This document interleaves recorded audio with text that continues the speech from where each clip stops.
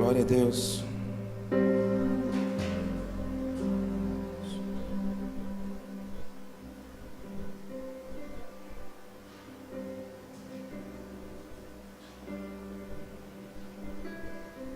Coríntios capítulo 4, versículo 15 diz assim: embora vocês possam ter 10.000 mestres em Cristo, contudo, vocês não têm muitos pais. Pois em Cristo Jesus, eu mesmo gerei vocês por meio do Evangelho. Portanto, eu suplico, sejam meus imitadores. E por essa razão, eu estou enviando a vocês Timóteo, meu filho amado e fiel no Senhor, o qual lhes trará a lembrança a minha maneira de viver em Cristo Jesus, de acordo com o que eu ensino por toda parte, em todas as igrejas. Feche seus olhos mais uma vez.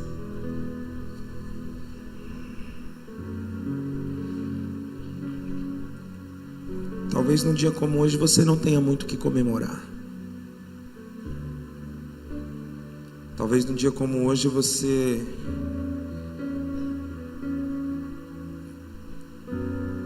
evita de abrir as redes sociais para não ver as declarações para os pais.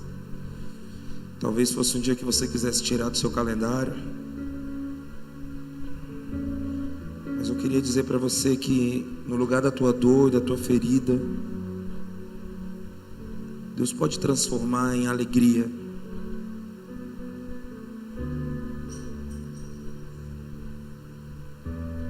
Deus pode restaurar. Pai, fala aos nossos corações essa noite que o Senhor quer, não o que nós queremos, mas o que nós precisamos ouvir. E nós te agradecemos, Pai. Nesse dia dos pais, nós te damos feliz dia dos pais. Tu és o nosso Pai, e em Ti nós encontramos tudo aquilo que precisamos. Que todo pensamento e coração seja agora completamente cativo a Ti. Que nenhuma distração venha nos roubar daquilo que o Senhor tem para a Tua igreja essa noite. Em nome de Jesus, amém?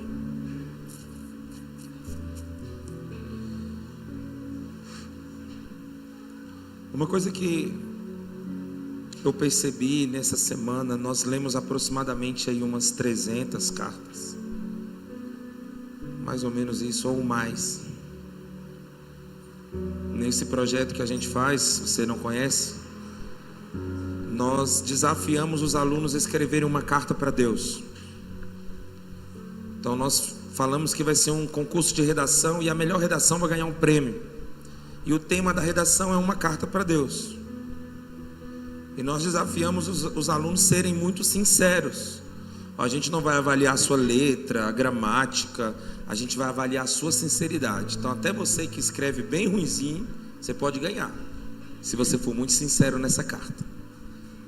Então nós lemos aproximadamente umas 300 ou mais, 300 a 400 cartas. E o que a gente percebeu é que aquelas cartas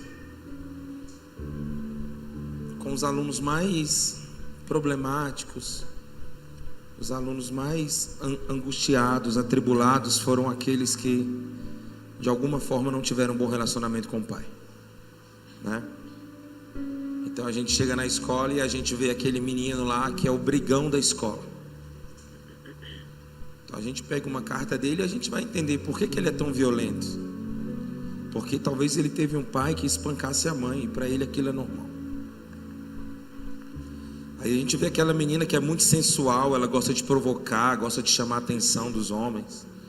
Aí a gente vai perceber que ela não teve a atenção do pai, ela era uma órfã de pai vivo. Então agora ela tenta chamar a atenção dos homens para suprir essa carência do pai. Aí a gente vai ver aquele jovem que tem uma tendência homossexual, ele tem um desvio na sua sexualidade, Ele tem um problema na sua identidade sexual, ele não sabe se ele gosta de menino ou de menina, ele está confuso. Aí você vai ver a história dele. Ele teve um pai que não o afirmou como um homem, que não o chamou para jogar bola com ele, que não o levou para fazer coisas de homem. Ele esteve o tempo todo com a sua mãe, que era a dona da casa, que era que mandava na casa, e aquilo foi influenciando diretamente na personalidade daquele jovem que agora não sabe se ele quer ser homem ou quer ser mulher. Então a gente vai percebendo isso, como é importante um pai dentro de casa. Enquanto eu estava meditando hoje no que eu diria hoje, eu não sabia que os meninos iam fazer a peça. O que Deus falou para mim foi o seguinte: o mundo precisa de paz. Quando a gente vê as guerras, quando a gente vê aquelas coisas loucas, não é isso que o jornal fala? Nós precisamos de paz, o mundo precisa de paz, que se acabam as guerras. Mas eu não estou falando de paz, eu estou falando de paz. O mundo precisa de paz. E Paulo está dizendo isso aqui. Paulo fala assim, embora vocês tenham 10.000 mestres, vocês não têm muitos pais. Mestres, a gente tem muito. O cara que vai pegar esse microfone aqui vai falar, porque na palavra de Deus, porque no hebraico, o grego diz isso e aquilo. Tem muitos. Hoje você faz curso à distância, sem sair de casa, com o teu notebook. Você estuda, você tem conhecimento, mas conhecimento não transforma essa geração. Nós precisamos transferir o nosso coração, e isso é só a paternidade pode fazer. Só um pai espiritual faz isso. Só alguém que tem a capacidade de ser um pai espiritual para receber uma pessoa que vem totalmente angustiado, totalmente traumatizado, não teve um pai em casa, e quando chegou na igreja o pastor não foi o pai que ele esperava, e agora essa pessoa está completamente destruída. Nós temos que abraçá-lo como um pai, não como um mestre, não com conselhos, não, nós temos que amá-lo como pai. Foi o que o Vinícius falou aqui agora. O que me transformou foi o amor do meu pai.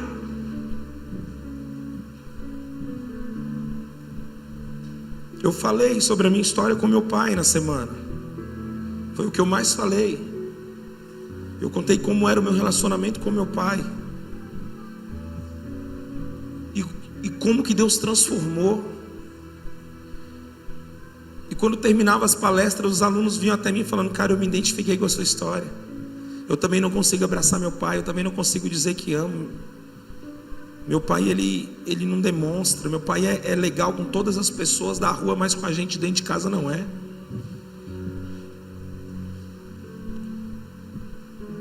E eu falei, cara, Deus transformou minha família, Deus transformou o casamento dos meus pais, e Deus transformou o meu relacionamento com meu pai.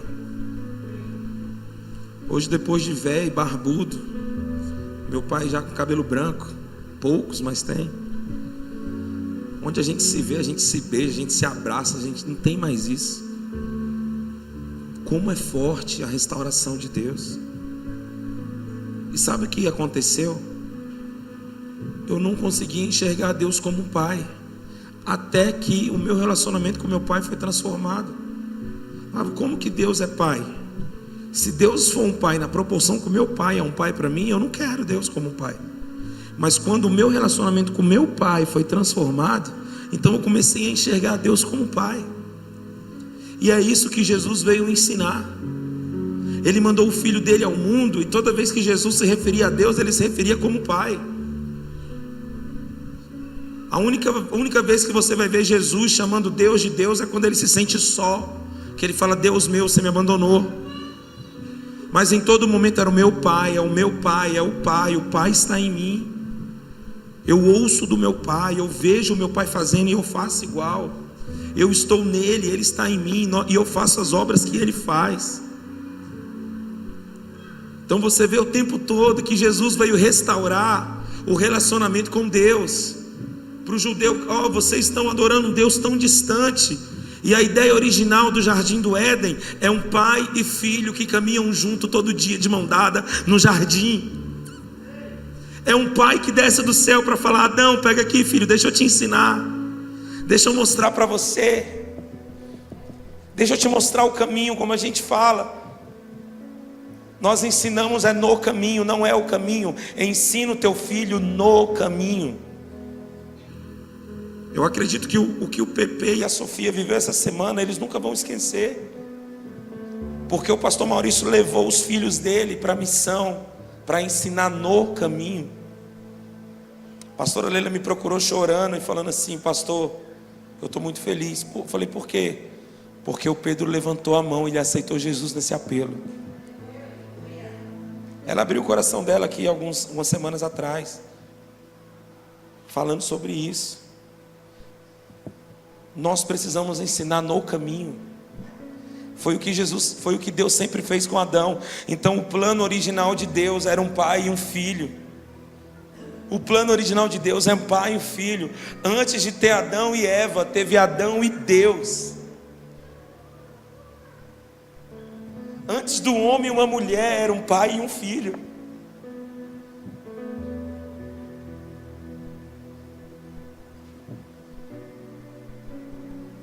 Esse mundo precisa de pais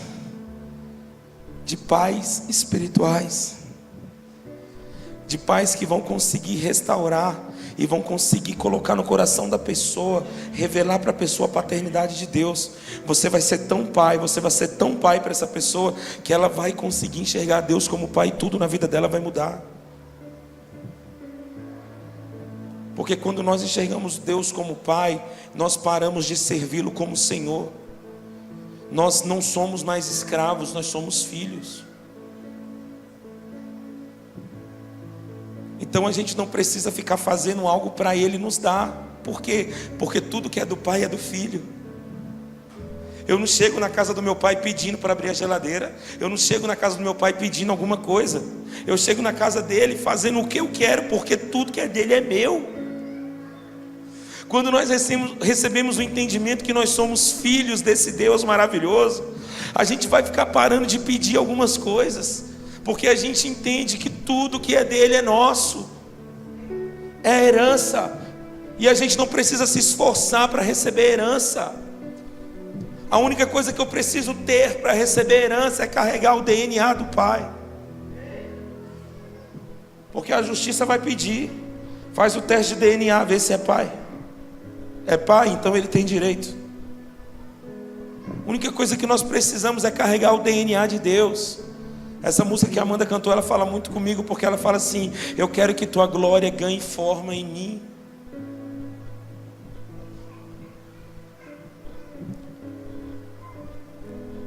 A glória de Deus não tem forma, mas essa canção está dizendo: Senhor, que a tua glória comece a ganhar forma em mim, porque as pessoas vão se encontrar comigo e vão se encontrar com a glória de Deus.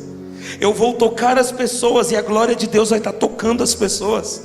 Eu vou falar com as pessoas e a glória de Deus vai estar entrando na vida da pessoa. A glória de Deus, a paternidade de Deus.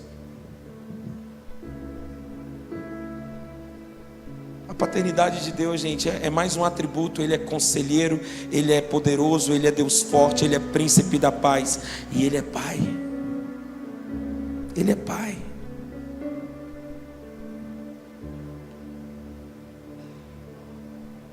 E quando nós temos um problema com a nossa paternidade biológica,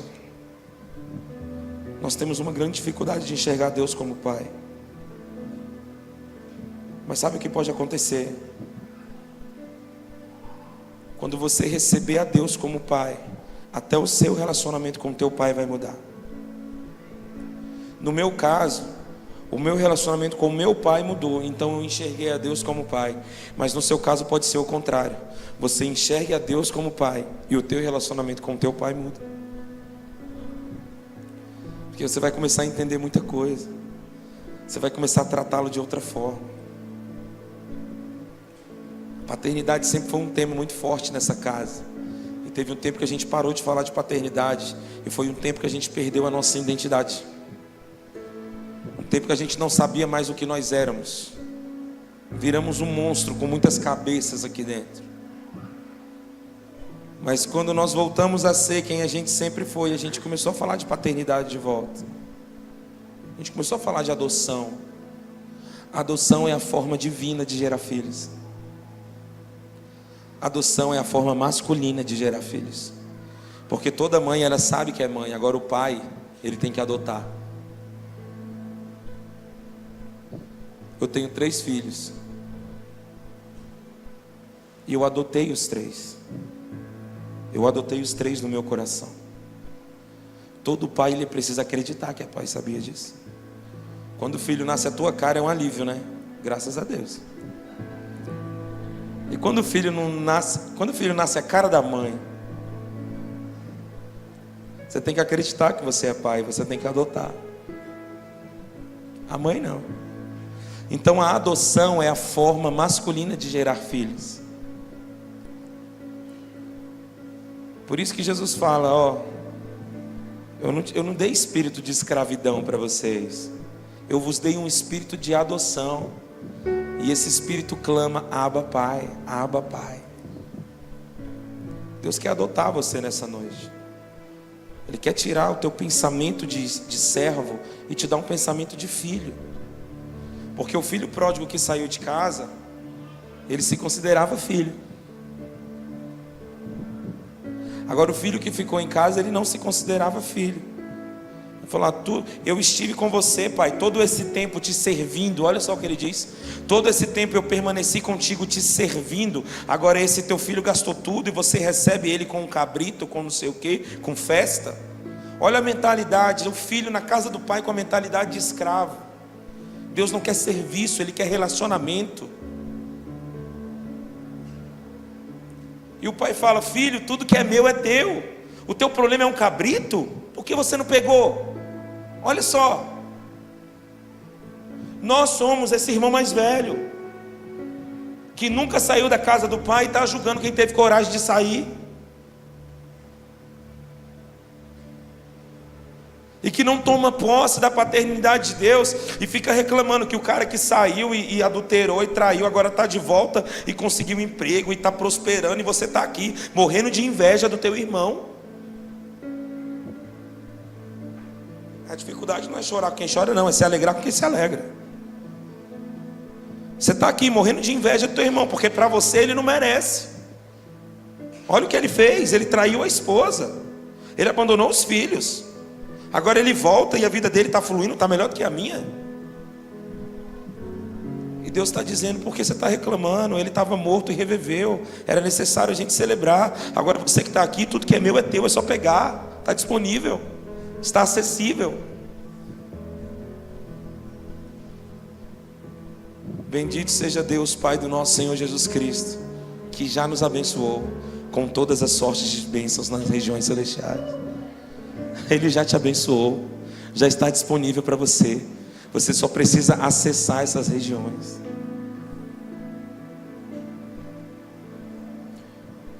Então eu percebi que aquela menina que está se cortando, que está se automutilando, talvez se ela tivesse um pai presente, ela não faria isso. Aquele jovem que está muito violento, que gosta de chamar atenção, talvez se tivesse um pai presente na vida dele, ele não faria isso. Como faz falta um pai?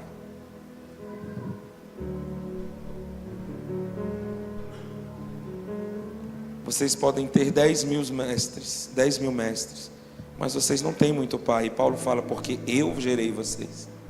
Eu mesmo gerei vocês. Eu sou o pai de vocês. Aí ele diz assim, portanto eu suplico, sejam meus imitadores. O pai, ele vai poder dizer para o filho, pode me imitar. O pai não vai ter medo e não vai ter vergonha de chegar para o filho e falar, filho, faça o que o seu pai está fazendo. Paulo está dizendo isso, ó, sejam meus imitadores. E olha que tremendo, ele diz assim, e por essa razão eu estou enviando vocês Timóteo. Paulo está dizendo, me imitem. E depois que ele fala, me imita, ele fala, eu vou ajudar vocês. Vocês querem me imitar? Eu vou ajudar vocês, eu vou enviar um filho meu. Parece com a história, né, que a gente conhece, de alguém que enviou um filho. Sejam meus imitadores. E eu vou facilitar as coisas para vocês, eu vou enviar meu filho. Timóteo era filho espiritual de Paulo. Eu vou enviar um filho meu, um filho amado, fiel no Senhor, e ele vai trazer para vocês a lembrança da minha maneira de viver em Cristo. Vocês vão ver Timóteo e vocês vão lembrar de mim. Vocês vão ver a vida de Timóteo e vocês vão lembrar de mim, do que eu ensinei. Um filho só faz o que vê o pai fazer.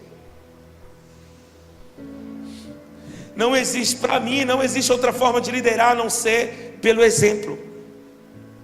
Eu não vejo outra forma de liderar que não seja o exemplo.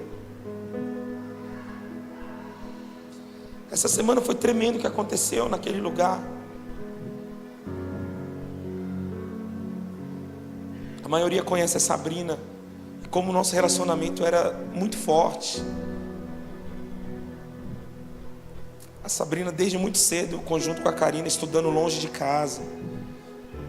A mãe dela contando o sofrimento que era ter que abrir mão das filhas, porque sabia que seria para o bem delas. E elas foram fazer o ensino médio em outra cidade. Quando terminaram o ensino médio, foram para mais longe ainda, vieram parar em Brasília. A Sabrina foi para Anápolis, depois veio para cá, acabou que a gente se conheceu. E começou um relacionamento muito forte. E nós nos tornamos os pais dela aqui nessa cidade. E ela falava isso para a mãe dela. Ela falou: mãe, eu encontrei uma família que me adotou aqui. E a mãe dela ficava mais tranquila em saber disso. Só que ela se formou, não conseguiu um emprego na área dela e voltou para a cidade dela. E quando ela voltou para a cidade dela, foi como se estivesse arrancando algo da gente. E a gente não soube lidar com isso. Foi algo novo para a gente. A gente não entendeu que filho a gente não cria para a gente. Filho a gente cria para o reino. Mas a gente falava sobre isso, mas a gente ainda não tinha entendido isso na pele. Porque falar de reino é fácil demais, é lindo. Agora viver o reino é difícil. Você cuidar, criar alguém, depois enviar. Foi como se estivesse arrancando algo da gente. O nosso relacionamento foi cortado. Como é difícil restaurar relacionamento, gente. Um relacionamento rompido, como é difícil ser restaurado. Nós ouvimos algumas coisas dela que nos machucou profundamente. Dela falar que a gente não fazia mais parte do futuro dela, ela não conseguia mais enxergar a gente na vida dela. Ela vinha para Brasília e não visitava a gente ficava sabendo depois que ela tinha voltado. E ela estava lá cheia de ferida, e a gente aqui também cheio de ferida. Isso foi só distanciando a gente. Mas como eu costumo falar, quem é filho vai voltar. Todo filho sabe o caminho de volta. E aos poucos Deus foi restaurando. Mas não é fácil restaurar relacionamento. Uma coisa que eu aprendi durante essas últimas semanas é que para a gente restaurar um relacionamento rompido, a gente precisa de muito amor. Tem que ter muito amor para restaurar. E outra coisa que eu aprendi é que as duas partes precisam querer muito isso. Porque a gente não sabe até onde vai. A gente não sabe como falar com aquela pessoa. Eu falava com ela desse jeito, mas agora é como se a gente estivesse se conhecendo de novo.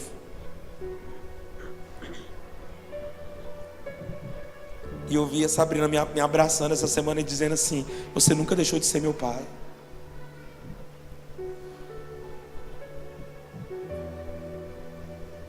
Ela falou que um pastor foi orar por ela uns meses atrás e falou assim: ó, teu pastor vai começar a olhar para você, porque ela se reúne na casa dela com algumas pessoas. E ele disse assim: você se reúne aqui? Aí ela: sim. Ela falou: o teu pastor vai começar a te olhar. E ela pensou que era o pastor de uma igreja próxima que estava dando um apoio para eles. E ela falou assim: ainda bem que o pastor que olhou para mim foi o meu pastor.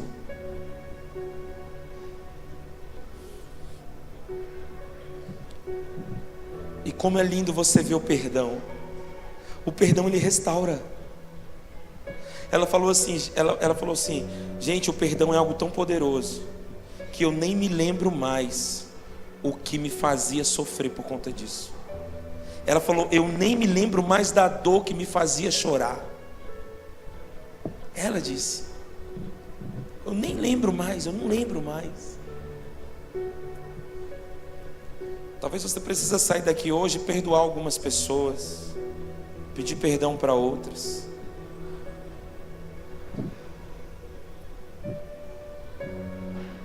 Foi o que Ele nos ensinou o tempo todo. Você crê nisso? Obrigado, Senhor.